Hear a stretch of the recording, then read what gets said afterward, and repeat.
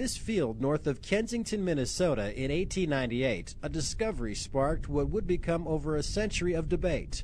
The Kensington runestone was pried from the roots of a tree by Olof Oman, a Swedish immigrant clearing his farmland. It was covered in runic writing, an account of a Scandinavian party, 8 Swedes and 22 Norwegians returning to their camp to find 10 men killed. The date carved into the surface reads 1362, 130 years before Columbus. The stone's authenticity came under immediate attack. Linguists examined copies of the inscription and quickly deemed it a fraud, claiming some runes were made up or non-existent. They never looked at the stone, they declared it a hoax, and they said he did it. Scott Wolter, a geologist with an honorary master's degree from the University of Minnesota Duluth, was contacted in 2000 by the Runestone Museum in Alexandria, Minnesota, to perform tests on the weathering of the stone's inscription.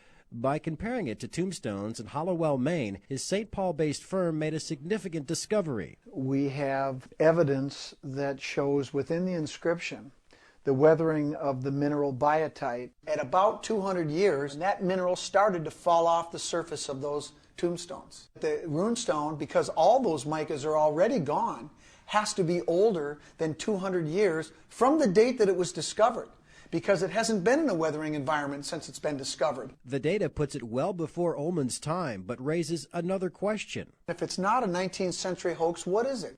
It says 1362, so there are some things that must be so based on that. The language, grammar, and runes must be consistent with the 14th century explanation if it's genuine. Everybody says, well, don't you know the scholars all say it's wrong? I said, they're wrong. They have to be, because the geology says so. Richard Nielsen is a Texas engineer and a rune expert. He and Walter have been independently researching the inscription since 2001. Their investigation led them to a small island off the Swedish coast named Gotland, where runic traditions continued long after the Viking Age ended. Grave slabs within churches on the island bear similarities to the runestone, including one medieval rune known as the dotted R. The experts in Old Swedish and runology only discovered this rune in 1935. The question is, how did it get on the Kensington runestone if it wasn't known by anybody in 1898? It's on the runestone. In our opinion, it fingerprints it to medieval times. Wolter and Nielsen's research gives new perspective to the old mystery. They feel the language and grammar of the stone, once thought proof of its falsehood, can now tie it to a mysterious and persecuted religious order and explain why 14th century Scandinavians may have traveled or even fled to Minnesota.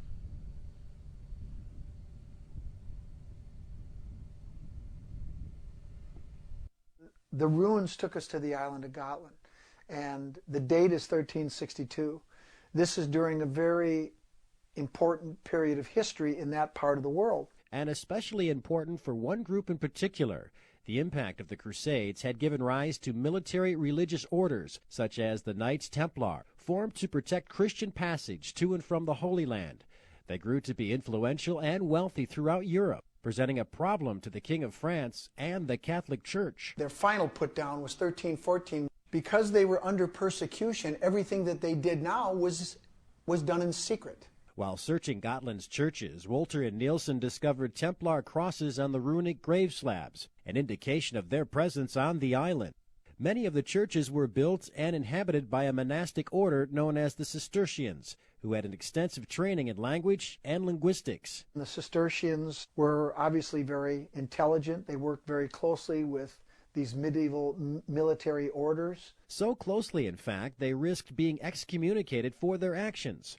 Wolter and Nielsen believe these difficult conditions led a party from Gotland to Minnesota. They believe the nature of the inscription on the runestone not only traces its origins back to the island, but also creates a likely profile of its author. The person that carved the Kensington stone was probably a Cistercian priest and had knowledge of these grave slabs, certainly knew what the dotted R was, and understood all these runes and certainly knew how to use them.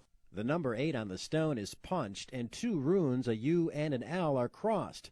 However, the mark serves no runic function. So why is it there? Well, everybody said, well, the carver invented it. We chose to take a different approach and say, maybe it's saying, pay attention to me.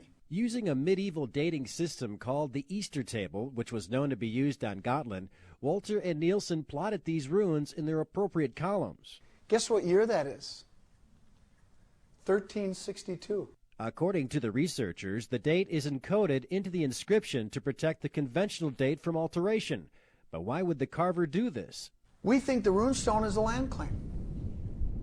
What's the most important thing on a land claim? The date. We were here first. In December of 2005, Wolter and Nielsen published a book of their findings entitled The Kensington Runestone, Compelling New Evidence. It not only examines the scientific evidence of the stone, but also addresses claims brought forth over the years by critics who believed Olaf Oman carved it himself, something he denied throughout his whole life.